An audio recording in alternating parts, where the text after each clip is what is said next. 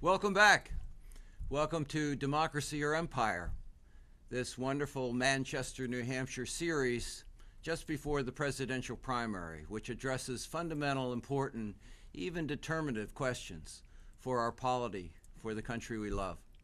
And so we have a wonderful program for you today, in some ways the conclusion of the formal part of the program. Now, we'll be coming to you again next week and in the future weeks.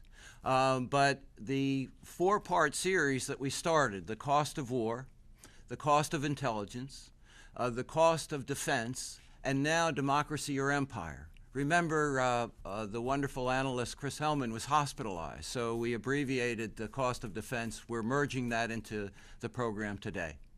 But let's start at the beginning. We've started with three presidents and what they had to say about war and peace issues, warnings to us, guidance to us, wisdoms to us.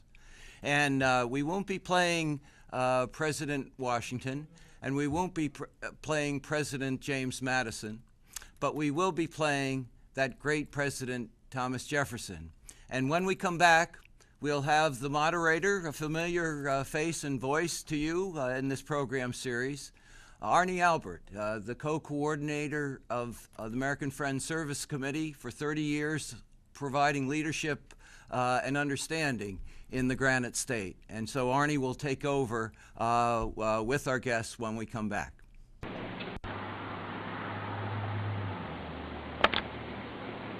I've just written a piece on the prospects of war for our nation, and I'd like to read it to you.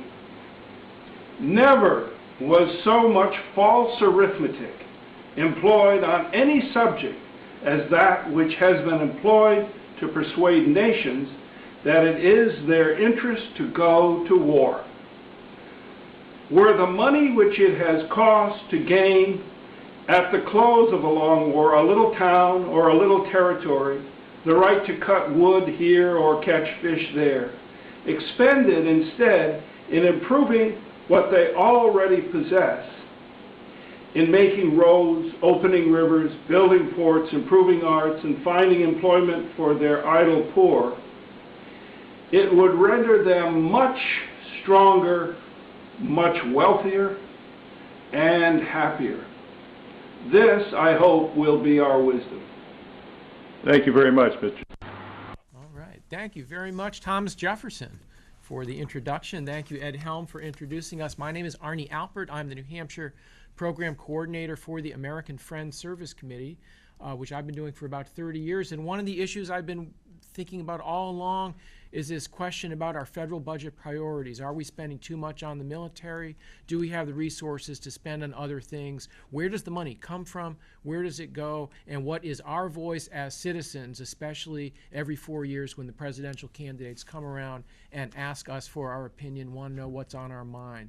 So we have an opportunity to tell them what we think, ask them what they think, and keep this democratic dialogue going on. The topic of today's discussion, as Ed has introduced, is the cost of defense. We'll be looking at what's called the defense budget, what our nation spends on military programs, why that amount is so high, and whether that's the right thing for us as a country or not. We've got two guests with us today. Richard Kaufman is the Vice Chair of Economists for Peace and Security. He spent 32 years on Capitol Hill, mostly working as a staff economist and counsel for the Joint Economic Committee. He's also the author of a 1970 book called The War Profiteers. And we'll be asking Richard whether we still need to be worried about war profiteers now in the 21st century.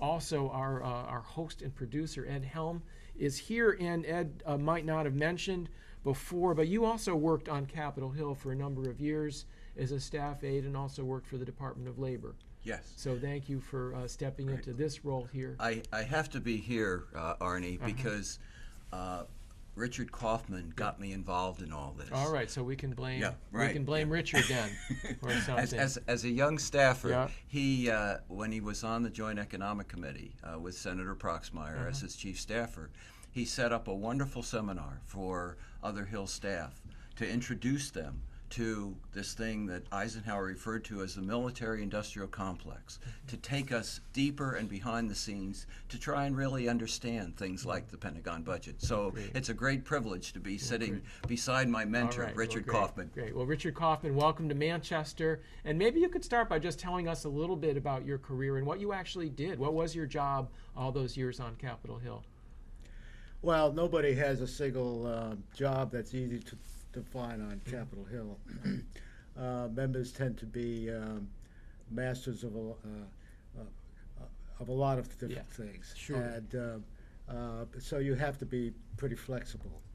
But the Joint Economic Committee had the task of studying economic trends in the United States and to some extent abroad. And including in the national economy is the defense sector, as we would describe it. And you know, there's a manufacturing sector and an education sector and so on, and there's a defense industry sector. Right. And we tried to monitor it and study what was going on in the defense sector. And I became the lead person on the staff to try to keep track with defense spending and especially defense contracting with defense industries. Now, what years was that, more or less? Well, it started in the late 60s and went through the early 90s. Really? Okay, so we're looking at the period of the sort of latter part of the U.S. war in Vietnam into the post-Vietnam period, and sort of as the Cold War heats up and then winds down again. Really? Is that what you'd say? Exactly. Okay, so Right. we're some very major times. And we'll talk about some trends in defense spending as we go on for the next And hour or so. I might just Yeah. add to that Yeah. that during that period that I was on Capitol Hill, we were always involved in a war. If it wasn't a shooting war like Vietnam, it was the Cold War. And what has changed since then Yeah, is not much. it's not much. Yeah, right. We're still involved, Still in involved. wars, except now they tend to be either shooting wars or proxy wars. And of course, the demise of the Soviet Union changes at least some dynamics, but maybe not others. Not as much. Not as much as we would as have we might liked. think. Now, you were involved in a number of actual investigations of we might call it corruption or other issues within the defense manufacturing sector. Maybe you could tell us a little bit about that. Well, I was involved in a number of those kinds of inquiries. The first one was a Air Force contract for a cargo plane called the C-5A. This was an enormous, it's still flying to some extent, an enormous plane in terms of its size and weight and capacity. And it was developing enormous problems, despite the fact that the Air Force continued to make statements about how well the program was doing and how it was on budget and on schedule. But we on the staff had information from various sources that there were serious problems in the construction of that cargo plane. So these are technical problems, or these are just cost overruns? They were both. Both. And but the overruns turned out to be the most dramatic because I heard figures that reached over $1 billion in overruns. And that was more money, $1 billion back then than it is now. It was a lot of money then. It seems Still a lot to of me money. still like Still a lot of money. A lot of zeros. And in any event, we held a hearing, and Senator Proxmire was always very energetic with his committee and willing to hold hearings and willing to look at things that hadn't been examined before. Right. And there had not been examinations of the details of defense contracts. But it was during the Vietnam War, and there was a good deal of interest in what was happening in the military and defense sectors. And in our first hearing, and there was an interesting choreography going on because we had invited a civilian financial analyst from the Air Force. His name was Ernest Fitzgerald, to be our witness. And the Air Force agreed to make him available.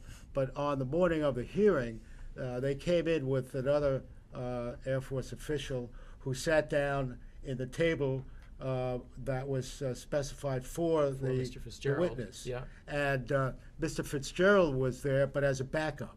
Uh-huh. Now, sitting behind the official Air Force witness. Right. But Senator Proxmire responded very quickly with that by saying that he wished Mr. Fitzgerald to be at the witness table because he had some specific questions for him. So Ernie Fitzgerald already had a reputation at that point that was Well, known he- to Senator Proxmire? No, not to our knowledge. Okay. Uh-huh. He was simply this financial analyst All right. who we were told had a lot of information about what was going on with the construction program, and particularly with the costs of that program. Now, most of the testimony was given by the quote official Air Force witness about the plane and what it was designed to do, and about the contract and what the status of it was. And we then asked Mr. Fitzgerald a couple of very pointed questions having to do with the cost of the plane. And we asked him specifically, was there an estimated cost overrun on that plane? And his answer was yes, approximately $2 billion. Okay. And that's So that- relative to what? Is that 50%, 100%, 20%? Well, it was 100% over the initial estimated cost of the program. Yeah. The program under the initial contract was for 111 planes. Eventually, they reduced the number of planes to about 83. Yeah. But the final cost of the plane was approximately $5 billion. So there was a huge cost overrun, part of which had to do with the fact that after the plane was built, and not all of the planes, but as they were being built, some of them were tested for structural problems, and there were what they call static wing tests, in which the plane sits on a device which moves the wings, vibrates the plane to see how much stress can be withstood. Yeah. And it turned out that the wings cracked long before Wow. they should have. Great. So would you And- call this, I mean, is this malfeasance, misfeasance, skullduggery, corruption, or is it just sort of just something that is unavoidable when you're talking about something that's that technically complex and that expensive? No, wings are not supposed to crack. They're not So good. They're honest, not good. honest mistakes by engineers? They're or? not good for the health of, No, the, right. of the pilots or Yeah. the passengers. Right, so is this just honest mistakes by engineers, or what accounts for this type of... Richard, on that, my wonderful wife, we're about to celebrate Yeah. our 39th anniversary. She worked for the Republican subcommittee of the Senate, Public Works Committee, and through her, I knew of Republican staffers in various offices that refused to fly on the C-5A because they thought it was too dangerous. They themselves knew some of this, about the wings, and I guess it's in good part you helped reveal some of these things through Ernie Fitzgerald. Well, there was a lot of press and media attention to the problems. Yeah. Because, as I said, this was the first investigation of its kind into a major weapons system. And who was the and- contractor? Was Lockheed? The contractor was Lockheed, Lockheed. the Lockheed Corporation, right? Now, I know I've heard, I think, the term cost-plus contracting being used. Is that part of the problem here? They basically say, well, we'll build this number of planes, and then we'll send you the bill afterward? It is part of the problem, but it wasn't supposed to be part of the problem with the C-5 program, because the Air Force had come up with a unique concept of the contract called total package procurement, in which the contract provided that the contractor would produce everything in the program from beginning to end. Now, normally, the initial contract is for a few items, and then there's, after they're built, whether it's aircraft or ships or whatever, other contractors get to bid for producing the rest. In this contract, Lockheed was given the right to build all of them and to do everything required. And this was explained publicly as a way to avoid the cost-plus contract problems. How does a company like Lockheed get a contract like that, or get the details of it that it wants? They I assume actually must have bid for an it. army of lobbyists on Capitol Hill and around the Pentagon. Well, that comes later. That but, comes later. But first there's a bid Yeah. proposal in response to an invitation to the proposal and the bid from the Air Force. And the Air Force selects the contractors to bid on it. And there are just a few for any individual contract because of the specialization required. So Boeing was one of the bidders, as well as Lockheed. In fact, Boeing's prototype designs for the C-5 became the Boeing 707 commercial airliner, Later on, okay. which, by the way, cost something like $15 to $17 million each, compared with the C-5, which really was more closer to $100 million each in the final analysis. But in any event, the problems were that they had to try to adhere to the technical specifications that the Air Force had produced for this airplane in order for it to perform the way it was supposed to. Like the wings aren't supposed to break. Right, because the plane has to fly with huge amounts of cargo over certain distances. Sure. Initially, it was supposed to have the capacity of landing on uncompleted or dirt runways, and have all sorts of other various advanced capabilities, which they turned out to have to abandon. So it would just fly on completed airways, runways, and so forth. In order to meet the weight specifications, as the plane was built and kind of got heavier and heavier as they were doing their work, they made the decision, that is, Lockheed did, to literally shave metal off the wing structural portions in order to lighten it somewhat. By shaving the metal from the wing structural supports, they naturally weakened the wings. And that's the fundamental reason why the wings cracked. And by the way, there was a huge controversy when the wing cracks were discovered about who should pay for them. And what was the outcome? Well, the outcome naturally was that the Air Force paid. Okay, the Air Force meaning the taxpayers. Absolutely. All right, good. Because Lockheed refused to pay, and in fact, at one point, and this was long before the contract was completed, it threatened to go into bankruptcy if the Air Force did not provide them the funds for the overruns for the original plane, for the actual plane and the wings. Right. Going back to Arnie's original question, well, how are these done? Where did this deal come from? Maybe you can explore a little bit more the wonderful Moyers interview with Chuck Spinney, where he talks about how these production sites are distributed in every congressional district, so that there's a powerful political force in every congressional district that is a headwinds to help in these. And so talk a little bit about what you saw with the C-5 and the political clout that it had through this or other mechanisms, if you would. Well, this device of sort of spreading the wealth of defense contracts to all the other states than where it was actually built by setting up subcontractors around the nation.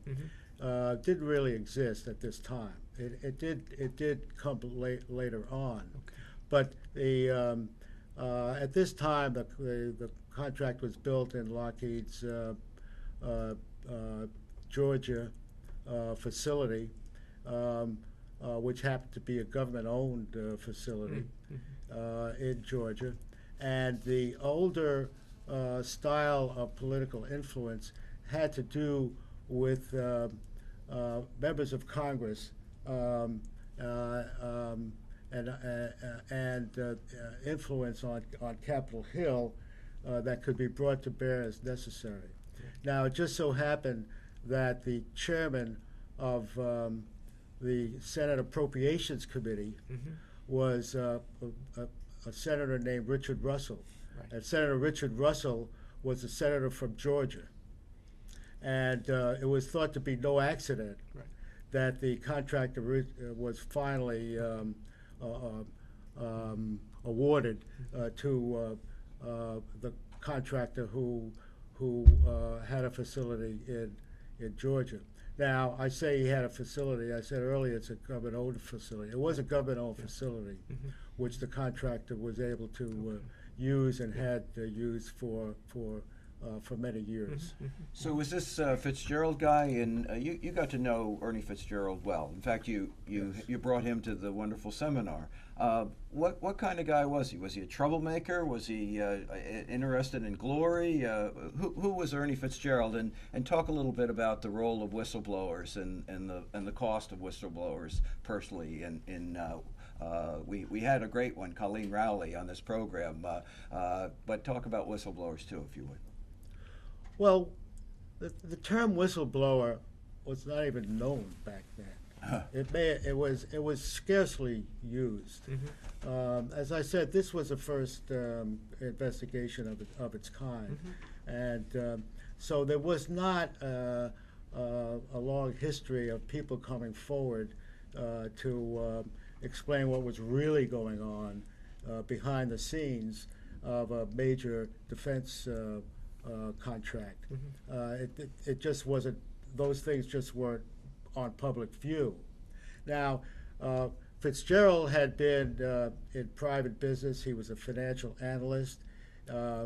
He worked for a variety of companies doing work looking at the questions of production costs and whether things were efficient. He was basically an efficiency expert. Yep. And he always looked at himself, and still does, as an efficiency expert. And his job was to help companies improve their efficiency in the production of whatever it was they did. And he was brought to the Air Force to do that same kind of work. Right. And that's what he was doing, reviewing various Air Force contract programs around the country and seeing what the efficiency levels were and making his recommendations. Now, when he first learned about these problems, he went to his superiors and explained to them his concerns and the problems that were evolving, and as it turned out, what possible cost overruns there would be. There was some nervousness on the part of the Air Force of revealing all of this before the contract was completed, because as it turns out, they've always had these kinds of problems. They just didn't make them. They didn't get out in public. Right. And nobody kind of kept score or kept track, weapon by weapon, of what it was initially supposed to cost and what it finally cost. But that was what Ernie Fitzgerald did professionally. Right. So he was shocked, and it was a kind of a professional challenge for him to try to get this program back online rather than where it was. And he just couldn't get anybody in the Air Force to respond to what he was doing, So except, as it turned out, in a negative way. Yeah. Was this problem then just with the Air Force, or was this an unusual situation? I understand you've had some other experience with Right, other. but let me just Yeah. finish Yeah. the Fitzgerald Yeah. involvement, because of all the people involved in that program, all the mistakes that were made, the inefficiencies, the waste, the mismanagement, Yeah. the cost overruns, the wing cracks. The only person who was ever penalized in any way for these discrepancies and malfeasance, if you want to call it that, was Ernie Fitzgerald, because he was in effect fired Yeah. by the Air Force. They try to gloss over it by saying his job was abolished, Right. Right. but Ernie was the only one doing that job, and he was forced to leave the Air Force. He appealed to the administrative level. He was rejected. He then went to court. The American Civil Liberties Union represented him, Wow. and the courts ruled in his favor. Right. That sounds like we've got a political situation here, where for some reason there is a bias built in to the system, at least as you describe it in the Department of Defense or the Department of the Air Force, that wants to reward corporations and cost overruns rather than trying to keep it under control. I mean, is that fair? Well, or is that an yes, it is, but the exaggeration? origins of it go earlier than that. It goes into the decision about who to award a contract to. Now, when you invite bids, you look at bidding from the responsible bidders, and you try to choose the lowest bid. Sure. Now,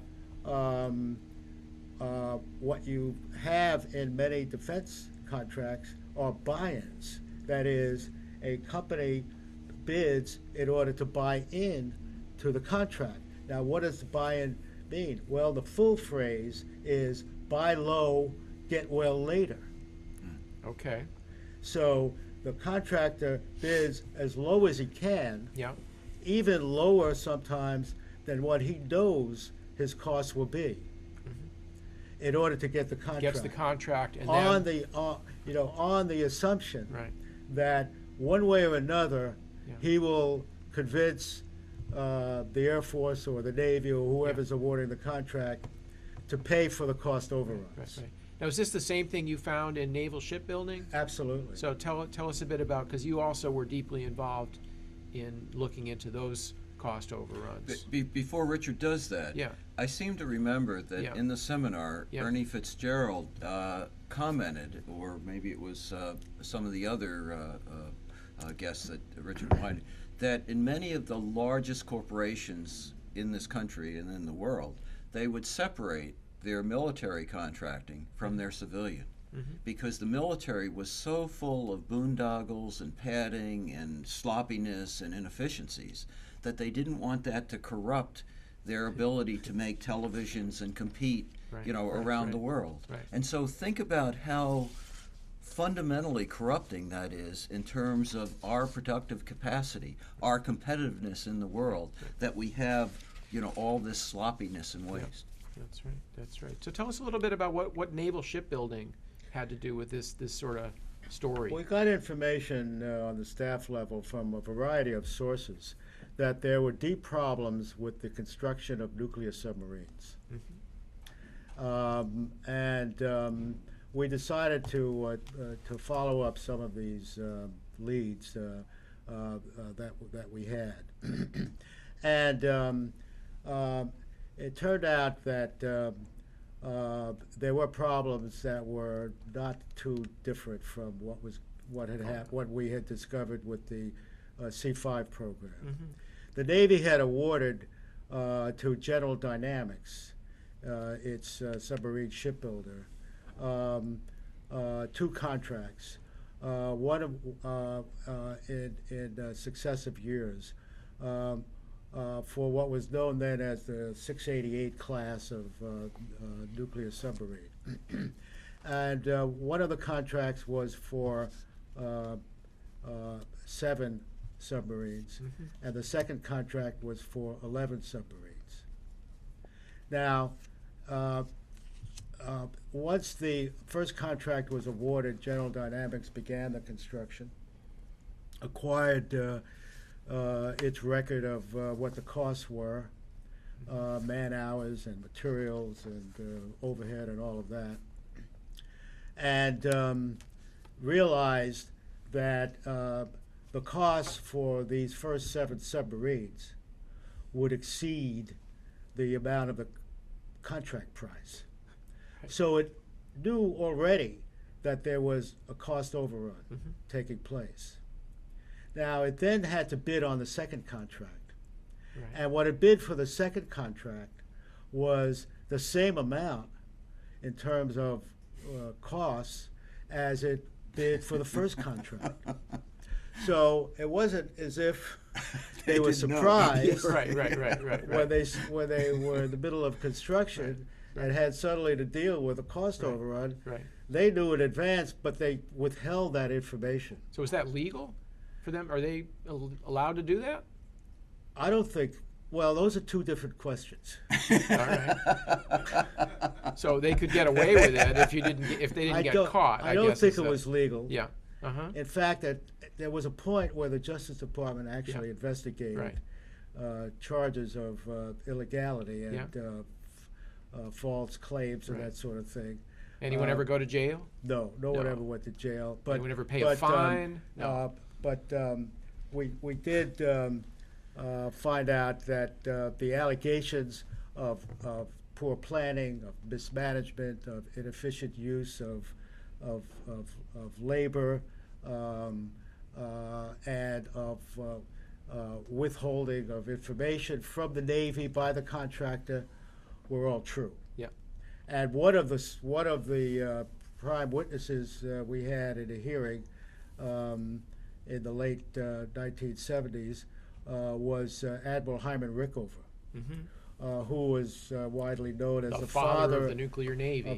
Navy. Right. Now, he wasn't in charge of shipbuilding, but he was in charge of what they call nuclear propulsion.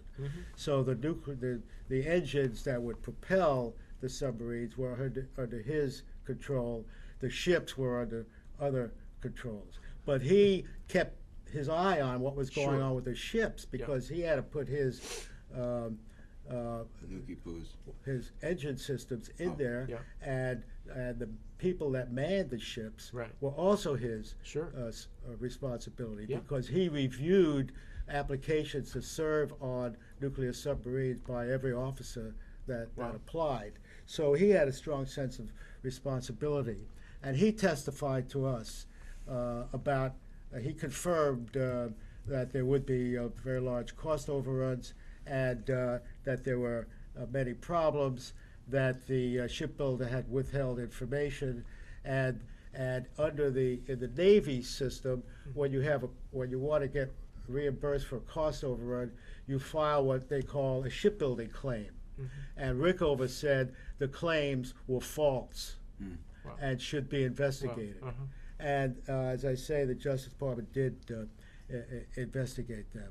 But there were huge, again, very, very large cost overruns. They weren't quite as large as on the C-5 program because there weren't as many ships as the airplanes were. The airplanes were as big as the ships. Sure. Well, for people curious about, is this still going on? Yeah.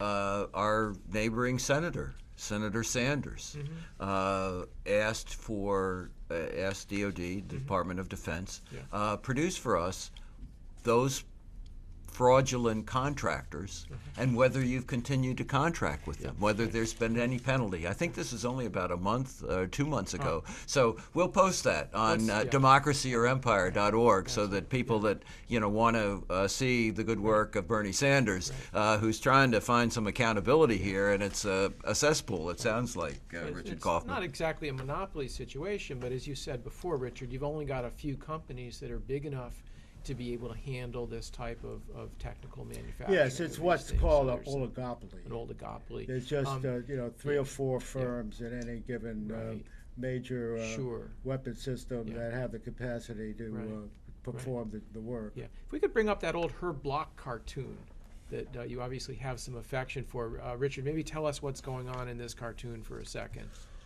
Well, Herb Block, of course, was a cartoonist. He worked for the Washington Post. His cartoons were widely syndicated around the country. This is we've got a large gun that's sitting on top of a giant scaffolding.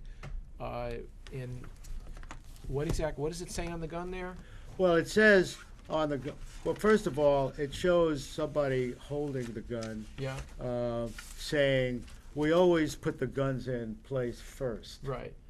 Now the gun sits in the middle of a ship scaffolding, and it's pointed at the Pentagon. And next to the man who says we put the guns in place first, is a shipbuilder, and he's holding a document called Navy contracts. Yeah. And on the gun it says, "Pay us a few $100 million extra, or we shut down."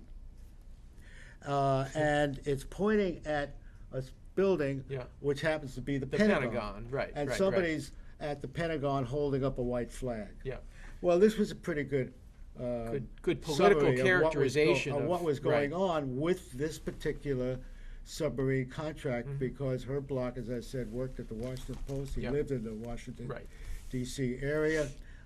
He kept his eye on what was going on in the government, and he was very good about satirizing and sometimes telling the truth about what was happening. And this is a very truthful cartoon, because what happened here, again, as with the case of Lockheed, there were huge cost overruns. And there was a lot of deception on the part of the contractor in withholding information about what was going on until it was too late. And but in the end, and the cost overrun was about $1 billion. The claim was for $750 billion of that.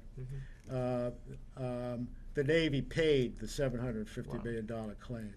So basically, the shipbuilder got. And again, the Navy paid it means the taxpayers. The taxpayers paid it. Right. That's right. And by the way, one of our sources, in addition to Admiral Rickover, who testified during the hearings, was the former general manager of the shipyard. Wow. Yeah. Who was also a vice president of General Dynamics. His name was Takis Feliotis, and he was in charge of the shipbuilding program. Now, he had been indicted for taking kickbacks from another contractor and fled to Greece, where he was from, to avoid prosecution. And I actually went to Greece to look for him? To interview him. Oh, all right. He wasn't hiding where he was. Yeah. He lived in Athens. Nice house? I didn't go to his house. Probably didn't pay much taxes either. I met in his office. And he was very helpful, very willing to discuss what was going on. Wow.